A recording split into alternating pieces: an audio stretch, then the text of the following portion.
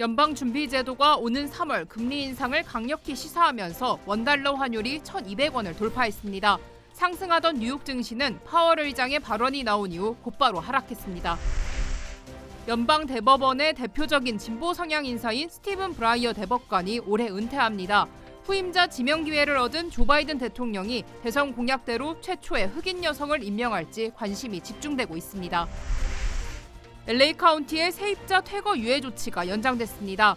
렌트비 지원 프로그램 신청 사실을 입증하는 세입자들은 오는 3월까지 퇴거 금지 보호를 받게 됩니다.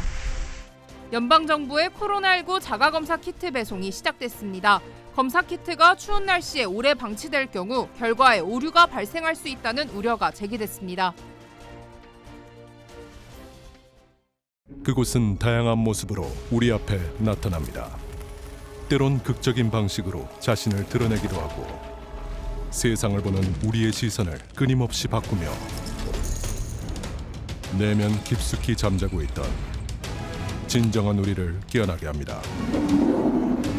아직 발견되지 않은 경이로움으로 가득한 곳, 야마바 리조트 앤 카시노 SM 매뉴얼. 여러분 안녕하십니까? 1월 26일 첫 소식입니다. 미국의 중앙은행인 연방준비제도가 당장은 금리를 동결하지만 오는 3월에는 인상하겠다는 방침을 밝혔습니다. 특히 연준은 향후에도 금리를 몇 차례 올릴 여지가 크다고 예고했습니다. 워싱턴에서 김수진 특파원입니다. 어제부터 이틀 동안 진행된 연방공개시장위원회 정례회의를 마친 뒤 조금 전 낸 성명에서 미국 연방준비제도는 조만간 금리를 인상하겠다는 방침을 밝혔습니다. 인플레이션이 2%를 넘고 고용이 매우 안정돼 있다며 금리의 목표 범위를 올리는 것이 적절하다고 설명했습니다. The economy no longer needs sustained high levels of monetary policy support. That is why we are phasing out our asset purchases and why we expect it will soon be appropriate to raise the target range for the federal funds rate. 금리 인상 시기를 명확하게 언급하진 않았지만 3월 인상을 염두에 두고 있음을 시사했습니다. 연준은 코로나 사태 이후 매달 1,200억 달러씩 채권을 직접 사들이면서 시장에 자금을 공급해왔습니다. 그리고 경기가 회복되고 인플레이션이 심화되자 최근 몇 달 동안 이른바 테이퍼링, 시장에 푼 자금 규모를 축소하는 작업을 벌였습니다. 연준은 이달부터 자산 매입 축소 규모를 작년 11, 12월의 2배인 300억 달러로 늘렸는데 이에 따라 3월이면 테이퍼링이 마무리되고 곧바로 기준금리를 올릴 것으로 예상됩니다. 미국 연준이 금리를 인상하게 되면 2018년 12월 이후 첫 인상인데 기자회견에서 파월 의장은 향후 금리를 꽤 올릴 여지가 있다고 강조했습니다. 예상보다 강한 발언으로 긴축을 시사한 건데요. 우려했던 깜짝 금리 인상이 없어서 상승하던 미국 증시는 파월 의장의 매파적인 발언이 알려지면서 곧바로 하락했습니다. 워싱턴에서 MBC 뉴스 김수진입니다. 한편 연준의 금리 인상 가능성에 원달러 환율이 1,200원을 넘었습니다. 오늘 오전 9시 30분 서울 외환시장에서 원달러 환율은 전 거래일 대비 4원 30전 오른 1,202원에 거래됐습니다. 앞서 제롬 파월 연방준비제도 의장은 연방공개시장위원회 정례회의를 마친 뒤 기자회견에서 오는 3월 기준금리 인상을 예고했습니다. 파월 의장은 또 노동시장을 위협하지 않고도 금리를 인상할 수 있는 여지가 꽤 많다고 생각한다고 언급해 향후 금리 인상 속도가 빨라질 수 있음을 시사했습니다. FOMC 종료 직후 간만에 상승세를 보이던 뉴욕 증시는 파월 의장의 매파적인 발언이 나온 이후 보합권에서 혼조세로 마감했습니다. 연방대법원의 최고령이자 진보 성향을 대표하는 스티븐 브라이어 대법관이 올해 은퇴합니다.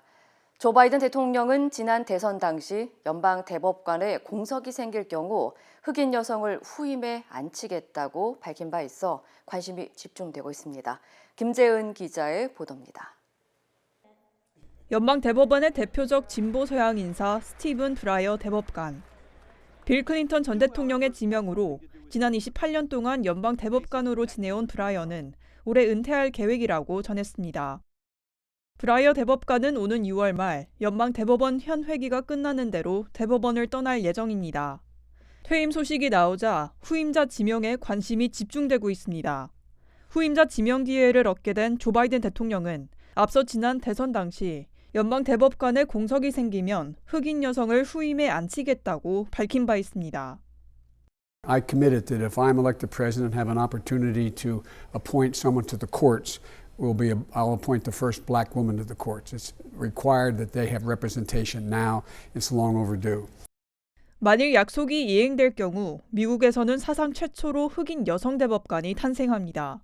바이든 대통령은 몇 주 내로 후임을 임명할 전망인데 지난해 3월 연방 항소법원 판사로 지명된 커탄지 브라운 잭슨과 캘리포니아 대법원 대법관인 레온드라 크루거 등이 유력 후보로 거론되고 있습니다. The president has stated and reiterated his commitment to nominating a black woman to the Supreme Court and certainly stands by that. 현재 연방 대법원은 보수 6명 대 진보 3명으로 보수 절대우위 구조로 재편됐습니다. 바이든 대통령이 진보 인사를 지명하더라도 전반적인 지형은 변하지 않지만 이번 지명은 민주당이 상원을 장악한 상태에서 이루어집니다. 공화당이 오는 11월 중간선거에서 하원과 상원을 모두 탈환할 가능성이 있어 지명이 시기적으로 민주당에 유리하다는 겁니다. 특히 연방 대법관은 종신직인 만큼 바이든 대통령의 임명으로 브라이어 대법관직은 앞으로 최대 수십 년간 진보 성향을 유지하게 됩니다. MBC 뉴스 김재은입니다. 연방의원 85명이 조 바이든 대통령에게 학자금 부채 탕감을 촉구하는 내용의 서한을 보냈습니다. 척 슈머 민주당 연방상원 원내대표와 엘리자베스 워런 상원의원 등은 동료 의원 80여 명과 함께 바이든 대통령에게 학자금 부채를 탕감할 수 있는지 법적 권한을 설명하는 메모를 공개할 것을 요구했습니다. 이와 함께 바이든 행정부를 상대로 학자금 대출을 1인당 5만 달러까지 탕감하는 정책을 조속히 시행해달라고 촉구했습니다.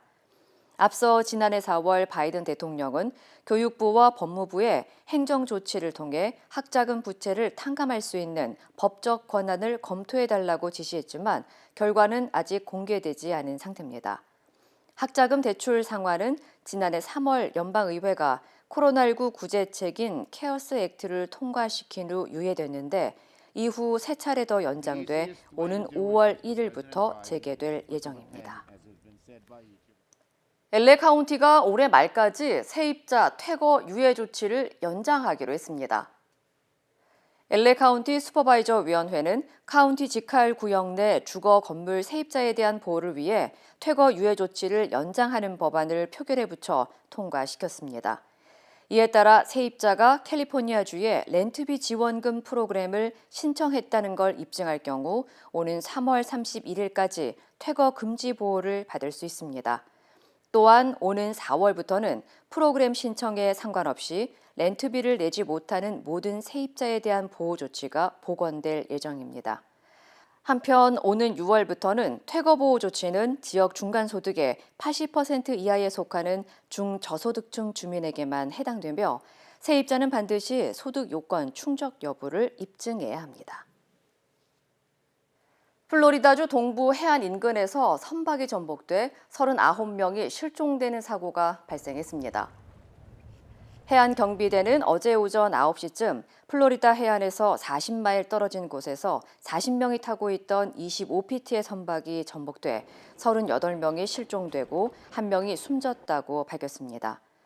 당국은 사고 선박은 미국을 목적지로 한 미립국선이었던 것으로 추정된다며 인신매매 가능성까지 있다고 설명했습니다. We do suspect that this is a case of human smuggling. This event occurred in a normal route for human smuggling from the Bahamas into the southeast U.S. Homeland Security Investigations is leading the investigation of the facts and backgrounds into that component of this case. 전복된 선박에 매달려 있던 남성 한 명은 주변을 지나던 선박에 구조됐으며 이 남성은 바하마 제도를 출항해 바다로 나갔다가 악천후로 전복됐다고 증언했습니다. 해안경비대는 실종자 수색 작업에 착수했지만 구조된 탑승객들이 구명조끼를 입고 있지 않았다고 알려진 만큼 구조 성공 가능성이 작아 보인다고 전했습니다. 캘리포니아주의 산호세시가 미국에서 처음으로 총기 소유자에게 책임보험 가입을 요구하는 조례안을 통과시켰습니다. 산호세시 의회는 총기 소유자에게 부담금을 납부하고 책임보험에도 가입하도록 의무화하는 내용의 조례안을 표결에 붙여 압도적인 찬성으로 가결했습니다. 조례안에 따르면 총기 소유자는 자신의 총기로 인해 생긴 피해를 보상해 줄 수 있는 책임보험에 들어야 하며 총기를 도난당하거나 분실한 후 사고가 발생할 경우 당국에 신고하기 전까지는 귀책 사유가 있는 것으로 간주됩니다. 또 총기 소유자는 연간 $25의 수수료를 비영리 단체에 납부해야 하며 비영리 단체는 이 기금으로 총기 범죄 예방 활동과 총기 폭력 희생자들을 지원하게 됩니다. 한편 이번 조례안이 법안으로 제정돼 오는 8월부터 시행되려면 다음 달 있을 최종 심의를 통과해야 하지만 총기 소유 옹호 단체들은 위헌 소송을 제기할 것이라고 예고했습니다. 오미크론 변이가 급속도로 확산하는 가운데 서비스 업종 직원들은 코로나19에 감염돼도 출근을 강요받고 있는 것으로 나타났습니다.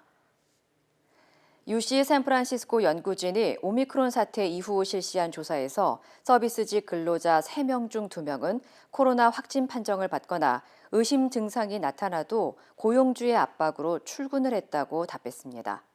세크라멘토 카운티 보건국에 따르면 한 패스트푸드점 직원은 코로나19 의심 증상이 나타나 고용주에게 알렸지만 고용주는 아무한테 말하지 말고 계속 일을 하라며 출근을 강요한 사례가 신고됐습니다. 연구진은 캘리포니아주에서 코로나19에 걸린 직원에게 10일의 유급 휴가를 보장하고 있지만 서비스직 노동자들은 아파도 일을 해야 하거나 아니면 해고 위기에 놓이고 있다고 지적했습니다. 연방정부의 무료 코로나19 자가검사 키트가 배송되기 시작했습니다. 그런데 추운 지역에 사는 주민들은 검사 키트를 오랜 시간 우편함이나 외부에 방치해서는 안 될 것 같습니다. 가정용 테스트 키트 대부분이 30도 이상에서 작동하도록 설계돼 있어 추위로 인해 검사 결과에 오류가 발생할 수 있다고 합니다. 홍지은 기자의 보도입니다. 미네소타주의 미니애폴리스. 낮 최고 기온은 24도, 최저 기온은 19도입니다. 연방정부의 무료 코로나19 검사 키트 배송이 시작된 가운데 이 같은 추운 날씨가 검사 결과의 정확도를 떨어뜨릴 수 있다는 문제가 제기됐습니다. Cold weather absolutely can have an impact on testing. Whether or not the test is going to be susceptible to freezing or not, or susceptible to low temperatures or not, is going to be dependent upon the individual test manufacturer. 배송된 코로나 검사 키트는 얇은 비닐 포장지로 덮여 있고 겉면에는 36도에서 86도로 보관되어야 한다는 문구가 적혀 있습니다. 얼려선 안 된다는 내용도 있습니다. 테스트 키트에는 액체가 들어있는데 극한의 추위나 고온에 오랜 시간 방치될 경우 테스트 결과에 영향을 미칠 수 있다는 게 일부 제조업체의 설명입니다. 미니애폴리스와 위스콘신 등 기온이 한 자릿수에 달하는 추운 지역의 경우 키트를 즉시 수령하지 않는다면 결과는 무용지물이라는 겁니다.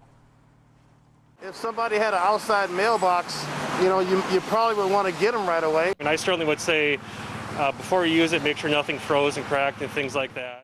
전문가들은 정확한 검사를 위해 배송 도착 시간을 확인해 우편물을 빨리 수령한 뒤 실내에 보관하고 만약 그렇지 못할 경우 검사 키트를 교환할 것을 권장했습니다.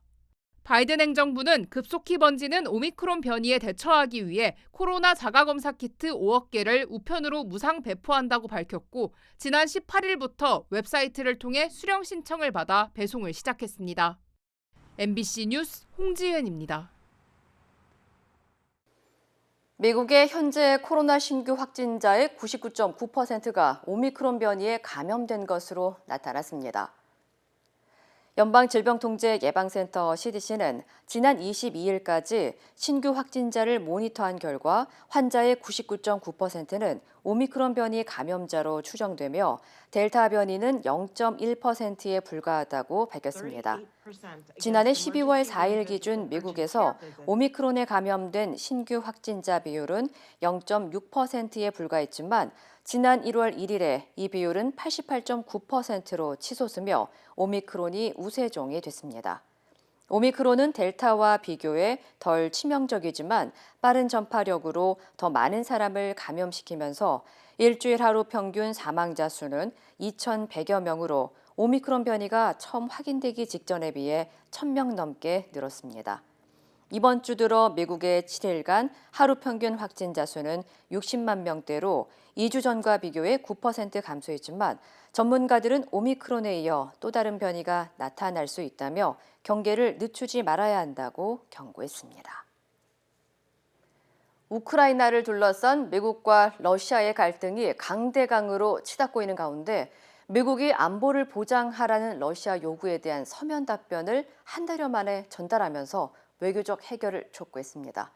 미러 갈등의 향배를 가를 변수가 될지 주목됩니다. 조국현 기자입니다. 토니 블링컨 미국 국무장관은 우크라이나 사태와 관련한 러시아의 안전 보장 요구에 서면 답변을 보냈다고 밝혔습니다. 지난달 15일 러시아는 우크라이나 등 옛 소련 국가의 북대서양 조약기구 나토 가입을 배제할 것과 함께 러시아 인근 국가에 중단거리 미사일 등 공격 무기를 배치하지 않을 것을 보장하라는 요구를 담은 문건을 미국에 보냈습니다. 한 달여 만에 보낸 답변에서 미국 측은 나토의 개방 정책 등에 대해선 원칙적인 입장을 고수했습니다. We reiterate that principle. Of course, it is for NATO, not the United States unilaterally, discuss the open door policy. These are decisions that NATO makes as an alliance. 러시아의 기대치엔 미치지 못하는 수준이지만 우크라이나 사태를 두고 미국과 러시아 사이 긴장이 고조되고 있는 가운데 나온 외교적 움직임이라는 점에서는 의미를 찾을 수 있습니다. 미국은 앞서 푸틴 러시아 대통령에 대한 개인 제재 가능성과 함께 미군 조기 파병까지 시사하며 러시아를 최고 수위로 압박했습니다.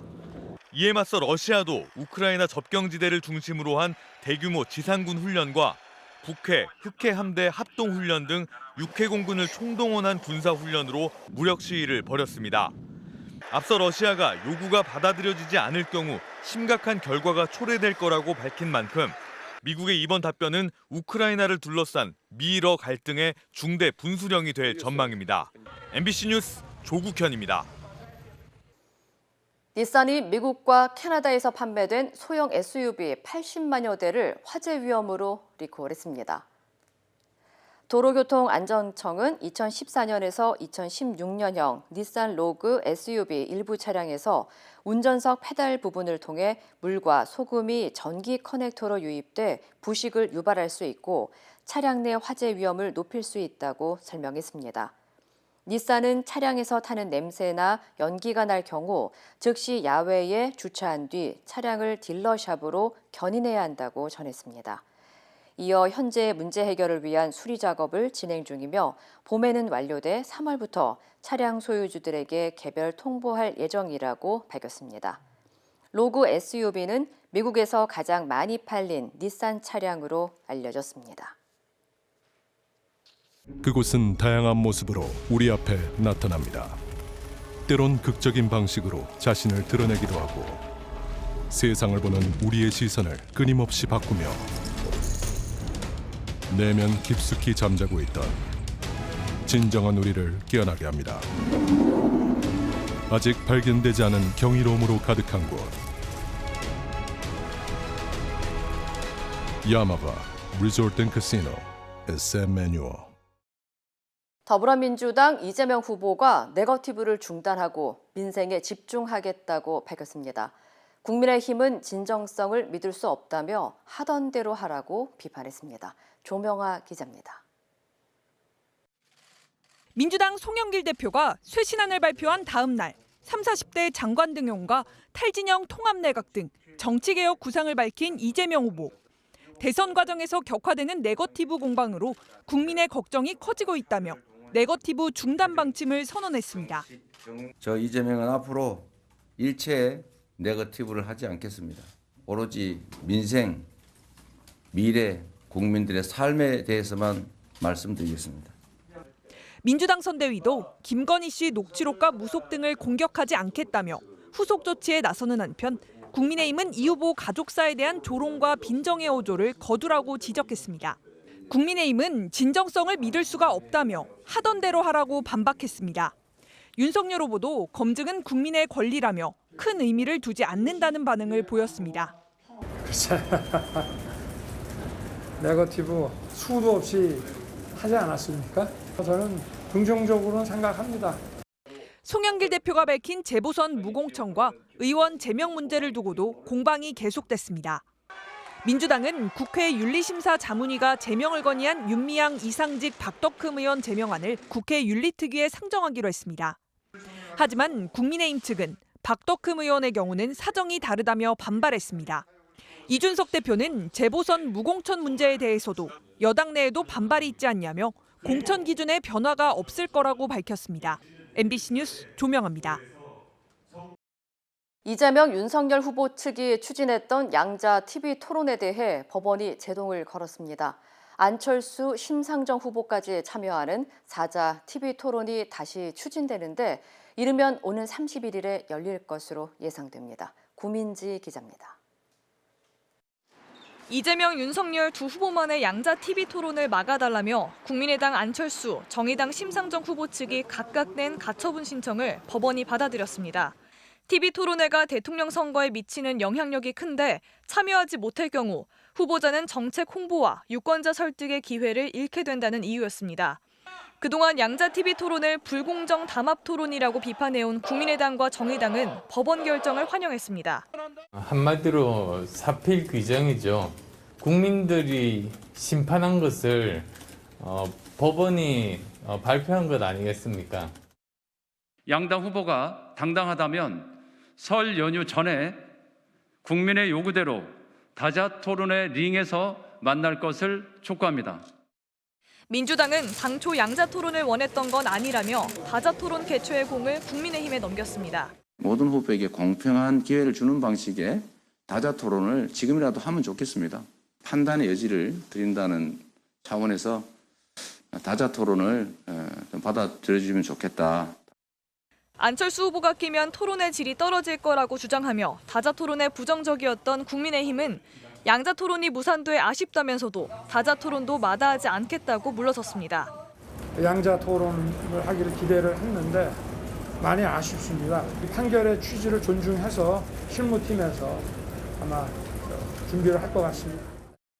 법원 결정 직후 지상파 방송 3사는 토론 개최일로 1월 31일과 2월 3일을 제안하고 오는 28일 실무 협상을 하자고 4당 후보 측에 전했습니다.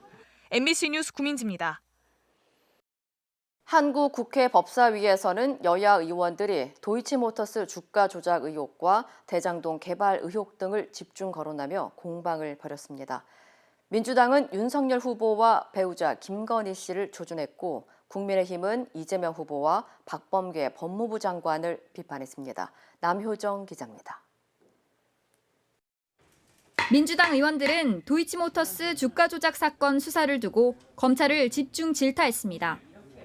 권오수 회장을 비롯해 핵심 인물들이 줄줄이 구속됐는데도 20억 원을 투자한 김건희 씨에 대해선 소환 조사도 하지 않았다는 겁니다. 일반인 같았으면 당장 체포영장 발부되고 체포했을 사안처럼 보이는데 왜 이렇게 소환이 안 되는지. 박범계 법무장관은 김 씨의 소환 불응 여부는 확인해 줄 수 없다면서도 의혹에 대해선 명확히 규명해야 한다고 말했습니다. 여당은 윤석열 후보를 두고는 삼부토건으로부터 10년 이상 명절 선물 등 관리를 받은 것으로 보인다며 봐주기 수사 의혹을 제기했습니다. 이에 대해 윤 후보는 삼부토건 회장과는 10년 이상 만난 적도 없고 교류를 하지 않았다고 재차 반박했습니다. 국민의힘도 이재명 후보에 대한 검찰 조사가 부실하다며 역공을 폈습니다. 또 이 후보가 성남FC 시민구단을 운영하며 기업의 후원금을 받고 특혜를 줬다는 의혹에 대해 검찰이 재수사를 맡고 있다며 박 장관을 몰아붙였습니다. 성남지청의 박은정 지청장, 윤석열 총장 징계 처분에 아주 혁혁한 공을 세우셨던 분인데 이재명 후보의 수사를 다 뭉개고 있습니다. 이에 대해 박 장관은 무혐의 처분이 2번 있었던 사건이라며 사표를 냈다고 하는 차장검사와 지청장 간에 견해 차이가 있었던 것 같다고 밝혔습니다. 한편 박 장관은 여권에서 제기한 김건희 씨의 출입국 기록 조작 의혹에 대해선 관련 기록은 삭제되지 않고 법무부에 그대로 남아있다고 설명했습니다. MBC 뉴스 남효정입니다. 한국에서 구청 공무원이 공금 100억 원을 횡령한 혐의로 구속됐습니다. 1년 3개월 동안 하루 최대 5억 원을 수십 차례에 걸쳐 자신의 계좌로 빼돌렸는데 구청은 까맣게 몰랐습니다. 신재웅 기자입니다. 서울 강동구청 7급 주무관 47살 김모 씨가 빼돌린 구청 공금은 무려 115억 원입니다. 법원은 증거인멸과 도주 우려가 있다며 구속영장을 발부했습니다. 범행 부른 사람 있었나요? 주식에 투자하신 거 맞나요? 자원순환센터 추진과에 근무했던 김 씨는 SH공사가 낸 센터 건립기금을 관리해왔습니다. 그런데 김 씨는 SH공사에 공문을 보내 기금을 기금 전용 계좌가 아닌 구청 업무용 계좌로 보내라고 요청했습니다. 기금 전용 계좌는 돈을 출금할 수 없지만 업무용 계좌는 돈을 뽑을 수 있습니다. 구청장 기금이 찍힌 기재된 강동구청 명의의 우리은행 계좌로 저희는 입금을 한 거예요. 돈을 뽑을 수 있게 된 김 씨는 2019년 12월부터 지난해 2월까지 1년 3개월간 수십 차례에 걸쳐 개인 계좌로 몰래 돈을 옮겼습니다.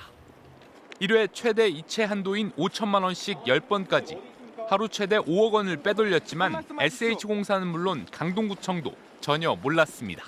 정기적으로 하는 감사는 있었던 것 같은데 지금 내부적으로 감사에서 어떤 범위로 받는지 그건 지금 저희도 지금 확인 중에 있거든요.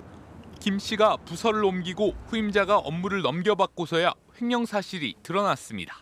현재 업무 담당자가 지금 좋고 그 기금 처리가 제대로 안 된 걸 보고서 감사과에 내부적으로 이제 제보를 해가지고 바로 이제 그걸 조치한 거고요. 김 씨는 경찰 조사에서 빼돌린 돈을 주식에 투자해 손실을 봤다고 진술한 것으로 전해졌습니다. 김 씨는 115억 원 중 38억 원은 업무용 계좌로 돌려놨고 현재 77억 원은 사라진 상태입니다. 경찰은 김 씨가 실제로 주식에 투자했는지 숨겨놓은 돈은 없는지 조사하는 한편 구청에 공범은 없는지도 확인하고 있습니다. 강동구청은 김 씨를 직위 해제하는 한편 자체 특별조사를 벌여 피해를 줄일 수 있도록 노력하겠다고 밝혔습니다. MBC 뉴스 신재웅입니다. 남아프리카를 덮친 열대 폭풍 아나로 인해 마다가스카르와 모잠비크 등에서 최소 46명이 숨졌습니다. 관련 소식 전해드립니다. 아프리카 최대 섬나라인 마다가스카르에선 우기를 맞아 내린 폭우에 열대 폭풍까지 덮치면서 큰 피해가 발생한 것으로 전해졌는데요. 마다가스카르 재난관리청의 보고에 따르면 홍수와 산사태로 최소 39명이 숨지고 약 6만여 명의 수재민이 발생했습니다. 지난 24일 아나는 모잠비크 중부와 북부 지역에 폭우와 강풍을 몰고 와 현재까지 3명이 숨지고 50만 명 이상이 피해를 본 것으로 전해졌습니다. 멕시코에선 올해 들어서 기자 3명이 잇따라 살해당하자 언론인과 시민운동가들이 전국 40여 곳에서 시위를 벌였습니다. 이번 시위는 지난 2019년 대통령 기자회견에서 한 주지사와의 분쟁을 언급하며 도움을 호소했던 말도나도 기자가 23일 피살된 채 발견되면서 촉발됐습니다. 시위대는 동료들을 추모하면서 언론인을 죽여도 진실을 죽일 수는 없다며 행진을 이어갔는데요. 한 인권단체는 지난 2000년 이후 멕시코에서 마약 범죄나 정치권을 파헤치던 언론인 148명이 살해됐지만 사건의 95% 정도가 미제로 남았다고 지적했습니다. 덴마크가 코로나19로 내린 모든 방역 규제를 해제합니다. 현지 시간 25일 덴마크의 한 매체는 그동안 정부가 취했던 제한 조치를 해제할 것이며 총리가 관련한 내용을 곧 발표할 것이라고 보도했습니다.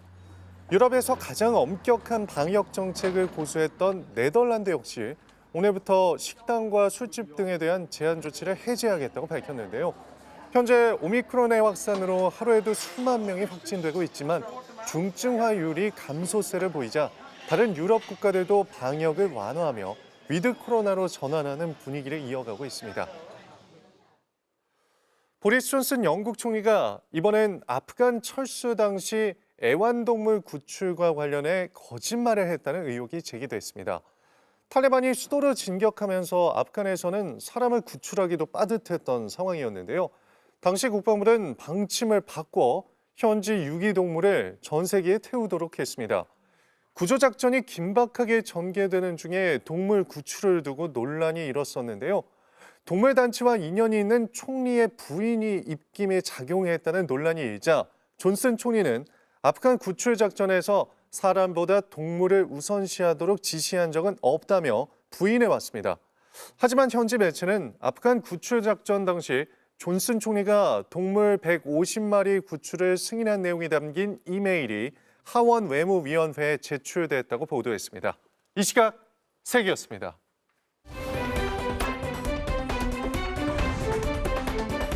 투데이 이슈톡입니다. 프랑스 한 여행객이 이란 접경 지역에서 헬리캠을 띄웠다가 뜻하지 않은 상황에 처했습니다. 첫 번째 키워드는 너 스파이야? 헬리캠 띄웠다가 징역 8년입니다. 프랑스인 벤자민 브리에르는 이란으로 여행을 떠났다가 생각지도 못한 상황에 휩쓸렸습니다. 지난 2020년 5월 투르크메니스탄과 국경을 접한 사막에서 카메라가 달린 헬리캠을 띄워 사진을 찍다가 체포된 건데요. 최근 이란 법원이 간첩 혐의로 징역 8년형을 선고하면서 그는 충격에 빠졌습니다. 현지 법원은 브리에르에게 이란의 적대적인 국가와 협력했다는 새로운 혐의를 적용해 형량을 늘리면서 이란 여성들의 히잡 착용에 대한 글을 SNS에 올려 이란에 반하는 선전을 했다고 주장했는데요. 수감의 부당함을 호소하고 있는 그는 지난해 말부터 가족과 연락이 반려되자 단식 투쟁에 돌입했는데 이번 판결에 대해 조만간 항소할 예정인 것으로 알려졌습니다. 중국인들은 악귀를 쫓고 행운을 불러오는 의미로 폭죽놀이를 즐기는데요. 불붙은 폭죽을 맨홀에 버려서 아찔한 폭발 사고가 났습니다. 두 번째 키워드입니다. 하늘 위로 펑! 맨홀 뚜껑 폭발입니다. 지난 24일 중국 쓰촨성의 한 쇼핑몰 광장. 순간 굉음과 함께 일대가 하얀 연기로 뒤덮이며 아수라장이 되는데요. 10살 어린이가 호기심에 불이 붙은 폭죽을 맨홀에 넣은 겁니다. 이 폭발로 주변에 있던 맨홀 뚜껑 5개가 한꺼번에 날아가면서 폭죽을 넣은 아이와 함께 있던 아이 엄마가 다쳐 인근 병원으로 이송됐습니다. 출동한 소방대원들은 맨홀 내부에 소방수를 분사해 2차 사고 예방에 나섰는데요. 해당 광장 아래에는 약 2,000제곱미터에 달하는 정화조가 있고 광장에만 10여 개의 맨홀 뚜껑이 설치돼 있었다고 하니까요. 자칫하면 더 큰 인명피해가 발생할 뻔했습니다. 이미 세상을 떠난 주인을 하염없이 기다리는 반려견의 모습이 많은 이들을 눈물짓게 했습니다. 마지막 키워드입니다. 숨진 주인 기다리는 반려견의 충심입니다. 출입 금지, 경찰 통제선이 쳐진 멕시코 티후아나의 한 가정집. 현관 앞에 누군가를 하염없이 기다리는 반려견이 보이죠. 채투라는 이름의 이 반려견은 주인이 숨진 자리에서 떠나지 않고 있는데요. 사건은 지난 23일 오후 부패 정치인을 취재하던 반려견 주인이 집을 나서다가 괴한이 쏜 총에 맞아 화를 당한 겁니다. 피살된 반려견 주인은 2년 전 대통령과의 기자회견 자리에서 신변보호 요청을 호소할 만큼 생명의 위협을 느끼고 있었다는데요. 이러한 사실도 전혀 모른 채 자신을 늘 반겨주던 자리에서 주인이 돌아오기만을 기다리는 반려견의 모습이 안타까움을 주고 있습니다. 투데이 이슈톡이었습니다.